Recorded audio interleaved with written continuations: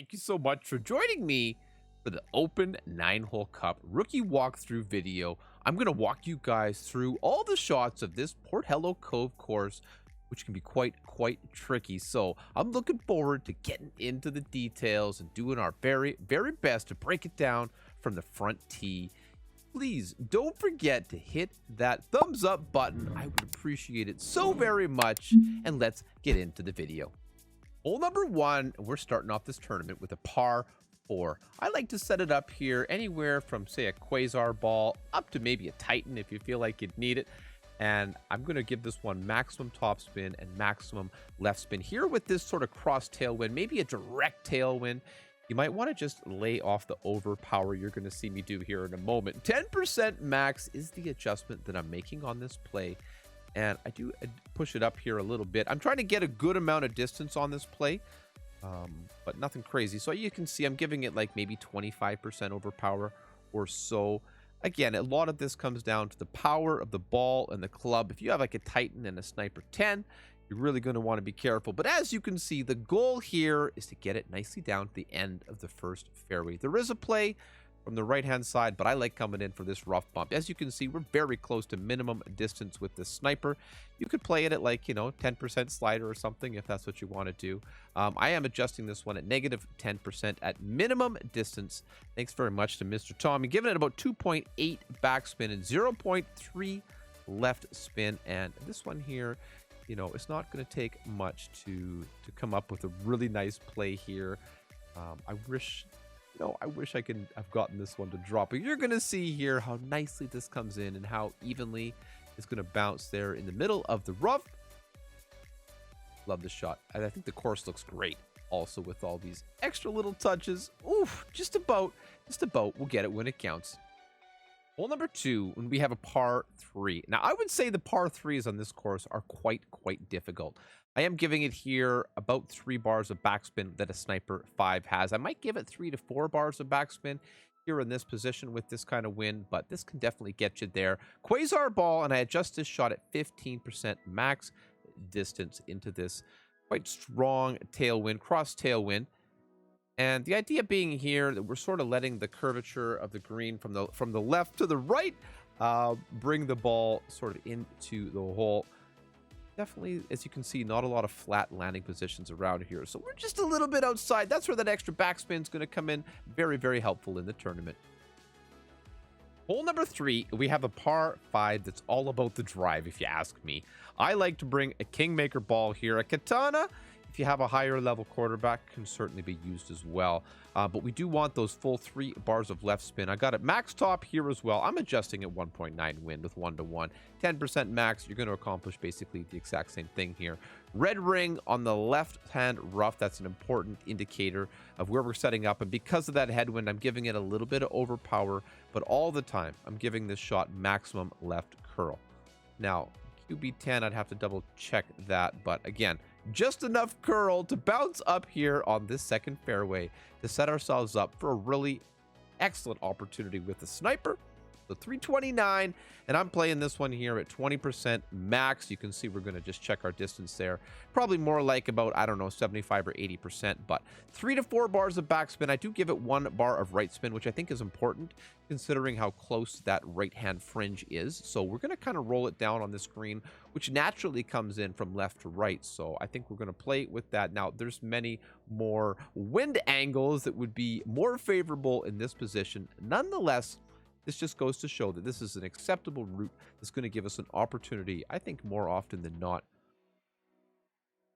So here we go. Easy does it. Nice little perfect ball connection is always the plan. And boy, this is a nice line. I think the elevation is correct. Just needed to have just a hair less backspin on this shot. So good luck on yours. I hope we drop in qualifying. Hole number 4 is a par 4, which is very challenging. I'm playing this shot with 3 bars of topspin, maximum right spin into the left to right wind. So be aware of that little detail. 10% max, and the drive here, not too bad. This is a fairly routine bouncer over, if you will. Just get it up and over, and we want to just make a nice distance down the second fairway. Now, you can certainly push this one harder, and you have to give it max top, max right, You're going to try to get it to the small third fairway pad, which you'll see come into view here just on the right-hand side of the screen. There is certainly a play from there, so don't discredit that option if you've got the right wind to go for it. But if you're interested in the rough bump here on a strong crosswind, I'm coming in with the Goliath. I've got 5 bars of topspin, 0.5 left spin is what I'm playing it right here. And the adjustment on this play is negative 10% medium distance. Now, the thing that I've noticed here is that you really have to make sure that a small amount of that yellow ring cuts up into the fairway. You don't want to have the top of the yellow. There is a bit of a dead spot on this very steep hill. So this is not the most consistent rough bump. I don't love it, but it is an option. I've seen it dropped a few times. I, spoiler alert, have not quite dropped it yet, but you'll see from this attempt, a very valuable shot to have in the bag, even with a great ball. We're giving it a little run here. So good luck on hole number 4. Coincidentally, hole number 5 just so happens to be a par 5. I played this one with a Titan and an extra mile, and I'm giving it about 3 bars of topspin here and 1 left spin. Idea being very simple drive, 10% max adjustment.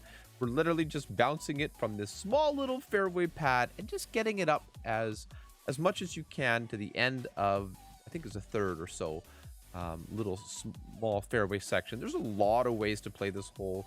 This is a very straightforward play that gives you a reasonable chance to get that albatross without too much risk. So there we go. Simple drive. I know you could do this one. I can too. 340 yards. I come in now with the sniper, 5% max. As you can see, it's like roughly 1-to-1, plus 0.1. And I'm giving it about a bar of backspin. It's really just going to depend on the wind here, on the spin sets that you're going to use. But ultimately, as you can see, the route is directly down the middle with a direct sniper play to the pin. So I think this one gives us a fair opportunity more often than not. Definitely something to look at. I'm looking at the wind angle here, and I'm like, ooh, I kind of played that a little 1159. Probably wanted to come into the wind a little more, but hey, you know what? That's the kind of adjustment that we need to make on the fly as we're rolling, giving it a very close chance. Nonetheless, even with the great ball you see here, my oh my, we are right in the zone. Good luck on number 5. I'll see you on hole number 6. Hole number 6, and we have ourselves a little bit of a challenge here. I like to come in with a Guardian and a Quasar ball. Give this one about 6 backspin and maximum of left spin. You set it up with that bottom left of the red ring, just cutting into the rough, and you see that second bounce nicely on the green. I adjust this shot at 40% maximum distance, and as you can see, we're giving it approximately a little bit more than half a ball of left curl. This is a reasonably favorable win for this hole. Into headwind, this is going to be a bit of a nightmare, so you might have to bring a higher power ball here if that's the case, probably a Kingmaker to have any reasonable shot at it, but we'll see how we can do. Hole number 7, and I bring to you a conservative left-hand play. I've got a Kingmaker here for the side spin, Katana will work, and a quarterback for that accuracy and curl. I'm giving this one max top, max right, adjusting this shot at 10% max. The idea is here literally just to skip it up over the water, and on that second fairway, it has a huge slope in the back. It's not to say that you can't roll up and over it, especially in a strong right to left wind. Be very, very sure to use max curl and side spin 3 ball in that, if that's the case. Even more, this is the kind of play you could use a side spin 4 ball. I know, it's controversial. Second shot then, I'm playing a short iron. I chose the Thorn. You could choose whatever makes you feel happy and gets it in the bottom of the cup.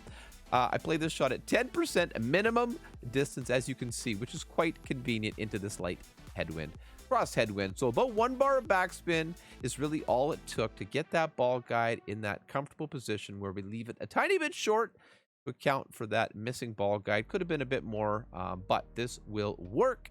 Absolutely the kind of shot I've been looking for. It's been a tough course, I'm telling you. You know, this one in rookie, if you can get a couple of drops, even for 9 holes, you're going to be on a decent pace. So good luck. I hope you get them all in.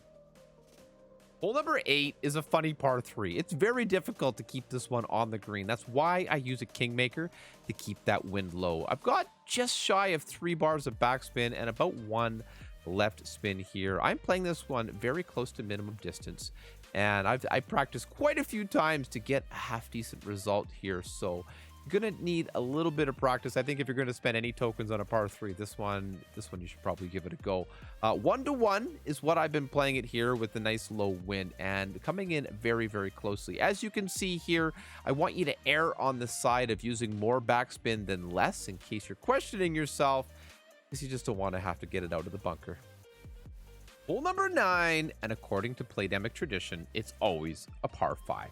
I'm giving this one with the quarterback and a Titan. That's a low-level quarterback. Be very mindful here. I give it, 2 to 3 bars of topspin, maximum right spin. Nothing wrong with using a longer, stronger ball for the second shot here. You'll see exactly what I mean. And you can play this setup here a little bit differently, but nonetheless, a little bit of curl just to bring it around the corner.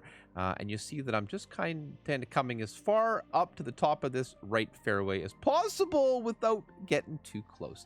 Second shot, then, I'm playing a very spicy little rough bump here with the big dog. I do think this gives us a reasonable chance. 10% max now. I used a little bit less in the video, but in my note, I have 1.8 topspin in a crosswind like this to kind of give myself a little tiny baby opportunity here. This is the kind of one that this will be the shot of the tournament type of thing. If you drop this, it'll feel like it anyway.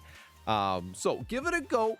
I think this is going to give us a very consistent path to get that eagle, except in headwind. If that's the case, we may need to play a little safer on the left-hand side. But for now, let's enjoy. I wish you the best. Good luck. Thank you very much for joining me for this open walkthrough video. It's been my honor and privilege to share this information with you today. If you're still watching, please don't forget to subscribe now to Erelic Gaming so you don't miss out on any of my future content, and I look forward to seeing you out on the course. Thank you so much.